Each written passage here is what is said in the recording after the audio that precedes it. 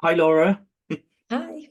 So, Laura, you're an environmental campaigner and you go by the name of Less Waste Laura. Do you want to just explain a little bit more about kind of what you do through that? Yeah, of course. So, yeah, I'm Laura. I'm based up in Scotland and I spend my time doing two things. So, my day job is I'm a PhD researcher, which means I'm at university studying climate resilience and community engagement. So, that's my sort of day job. And I'm an environmental scientist by background. And so, it's great to kind of continue that research on. And then the other hat that I wear is I'm an environmental campaigner. So, talk about loads of different environmental issues, everything from plastic and waste to fashion and food to climate change on the global scale. I do a lot of that online. So my social media handle is Less Waste Laura. That's where I sort of exist, but I also do loads of stuff kind of offline, trying to really, get the best practices, change policies in the world of environmental issues. Is a lot of your focus recently as well around vapes and single-use plastic associated with vapes? Yeah, so I have been leading the campaign to see disposable vapes banned in the UK, hopefully around the world as well, because they are such a wasteful single use product. And there is a reusable, refillable, and much more sustainable option available. So we really want to get rid of them. So I've been sort of leading the campaign to raise awareness of disposable electronics, the amount of waste, the litter, the plastics, the metals. And so that's been a big chunk of my work over the past year. And I guess we should say that you're not at COP at the moment. No. You're back in, is it Scotland? Yeah. How long were you in COP for, and when did you get back? So COP is a 2 week process. And so I went for the whole of the first week. So I landed in Dubai just sort of near the end of November and then got back around the days all seem to be merging, but around the sort of like the 8th, the 9th. So I was there for just over the first week. What was the experience like then? How did it feel to be in Dubai? I mean, it's kind of mind-boggling because I've been to a few COP conferences before, so I can only really compare it to two. So I've been to the one that was in Glasgow, which felt really familiar because that's where I was born, that's where I lived, and so it felt totally normal to be in Glasgow. And then the next one was in Egypt. It was in Sharm el Sheikh, which is quite a holiday resort destination. So you kind of felt like you were out in the middle of nowhere, just surrounded by hotels and pools and restaurants. And then you were at this COP conference. But this one was, I guess, really different because it was in a metropolis. It was a big built up area. The history of Dubai is, it's only 52 years old, I think. So it's a very new city, but it's full of big skyscrapers and air conditioning buildings. But the funny thing is, you don't really see much of the city or the country that you go to because you spend the majority of the time in a conference center doing the negotiations or at side events or just being a part of the conference. And so it's a bit bizarre that you kind of travel around the world to go to this conference because it moves around, but you don't really see much of the place. And so I think I managed to squeeze in one swim in the swimming pool, which was the sort of only thing that I did that remotely, and I guess I saw lots of it on the metro, but it was a bit of a bizarre thing. But the conference center was, really modern, really built up. It was quite a difference to obviously some places around the world. So what is it then that you had gone there for? What were the things that you were kind of involved in, and what were you interested in? Were there any kind of highlights as well whilst you were there? Yeah, I mean, loads of stuff. I guess even though I just went for the first week, there's loads of time to be able to fill it up. In terms of the official negotiations, some of the stuff that I was tracking, that I was following along with, were loss and damage finance. That's the really important money that we've now started to see come in for countries that have been devastated by climate change. So I was following along with that thread that was obviously a really important carry on from previous years. Also, the research that I do is in nature-based solutions. So how we use nature to really help us alleviate some of the problems that we're seeing because of climate change. So very interested in that, particularly in some of the urban settings. So I was really interested in following that along. I also went out as a Tear Fund ambassador. So they're an NGO working in over 50 countries around the world. And they've got, first-hand experience of how climate is impacting communities. So I was definitely, helping to assist them in conversations around getting the right voices into the right rooms. And also just as a sort of personal one or something that's a bit more um, relevant to me is there was a couple of different Scottish government people there. And so I had a meeting, met with the First Minister, Humza Yousaf, and one of the Cabinet Secretaries, Mary McCallan. I went along to a couple of the events that they were holding around what Scotland was doing and about some of the money. And I got a chance to meet them at the end of those. And so, I mean, personally, that was quite good because it's very relevant so that after coming back, you know, we can be holding the leaders accountable from where I am. And so that was, you know, great to meet them and really challenge them on what they're doing. Because is it the Scottish government are relatively, don't know what the word would be, but kind of at the forefront of that loss and damage fund. Is that Yeah. right to say that? Yeah, so when COP26, which was in 2021, was hosted in Glasgow, the Scottish Government were the first sort of developed nation to put forward money for loss and damage. And they put forward, I believe it was sort of 5 million in one big chunk, and have been adding to the pot ever since. So they now sit around the 10 million mark. And one of the things that Scotland is interesting in is Scotland is not a UN negotiating country. So we are represented by the UK when we're there. But one of the things that Scotland wants to prove is that just because we might not be a negotiating country doesn't mean we can still, you know, do things ourselves.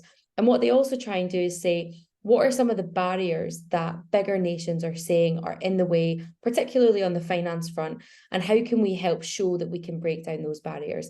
So they've been showing that money can be given directly to countries. It can be given in a way that's in a humanitarian effort. It can be given in an urban setting. So they're trying to kind of lead by example and say, even though this might not be all of the money that is needed, it's very far from it. It's obviously just a small number of millions. Actually, they're saying we can show that we can be agile and flexible, and they're almost trying to set an example. And I think that's what we need more of. You know, we need to show it is possible to give money in certain ways or be innovative with how we reduce carbon emissions. So Scotland definitely sees its role as that, you know, not being the people that can sweep in and give all the hundreds of billions of dollars that is needed, but they can show a bit of a framework for how to do it better. Yeah. So just taking a step back then, you said you've attended a few COP conferences. Have you got any wider reflections in terms of the process of COP and kind of, I guess, yeah, you know, we're on number 28 now, but kind of what your senses around that?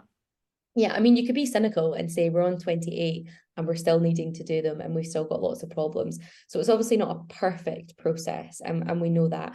But the one thing I would say is if you were to kind of compare the COP conferences to the G7 or the G20, it's very, very different. At the G7 and the G20, it's obviously very exclusive. You only have certain countries there. Whereas at the COP conference, you have every single country represented. So nearly 200 countries are represented. And that in of itself is really powerful. But I guess it's a sort of mind-boggling process because throughout the 2 weeks, you have lots of discussions. And actually, it's really wide-ranging. So it's not just about climate change, it's about oceans, nature, food, energy, young people, women, like all these different topics, all under the same conference room, which is very different because nuclear energy is very different to subsistence farming, which is different to oceans, which is different to city centres. So you can imagine it's quite a big amount that's being discussed. And over the 2 weeks, you've got this text that's drafted and redrafted and redrafted and negotiated. And I mean, I think partly it's just a really interesting process to see happen because some days you think, has anything happened today? What progress have we made? And other days you think, oh my goodness, like pledges are being made or we're really getting there with the text. And it takes, you know, the whole 2 weeks to kind of get that. It's definitely not perfect though, because even though every country has a seat at the table, there are definitely some more influential voices than others, whether that is larger economies or larger emitters, or whether that is some of the groups that come together. So it's absolutely not perfect. And there are days that it's, you know, really frustrating. You know, even taking this one, for example, actually we started in a really positive way. We had lots of announcements around loss and damage finance, around tripling of renewable energy. We had lots of commitments coming in. And honestly, I think it set us all on track to say, this could be a really successful negotiation. We could get some great text. But just today, so we were on the penultimate day yesterday, we got this text out that was just awful. It was devastating. All of the language about, you know, phasing out fossil fuels, which is one of the biggest things we need to do, the biggest thing we need to do. All of that text that had been there for the past week and a half has now just been removed. And so it can also be frustrating that you can feel like there's lots of progress happening, but sometimes at the last minute you get a drastic change. So it's hard, you know, it's very unlike anything else. But of course, there is lots of good that does come out of these conferences. Yeah, and I guess with that report, we're gonna have to wait and see what does happen, and then actually, I guess also to see how much longer it goes on, how long those negotiations need to happen. Thank you so much, Laura. I just wanted to give you a chance. Is there anything else you wanted to share with kind of educators in the UK? Maybe some advice or direction to give them?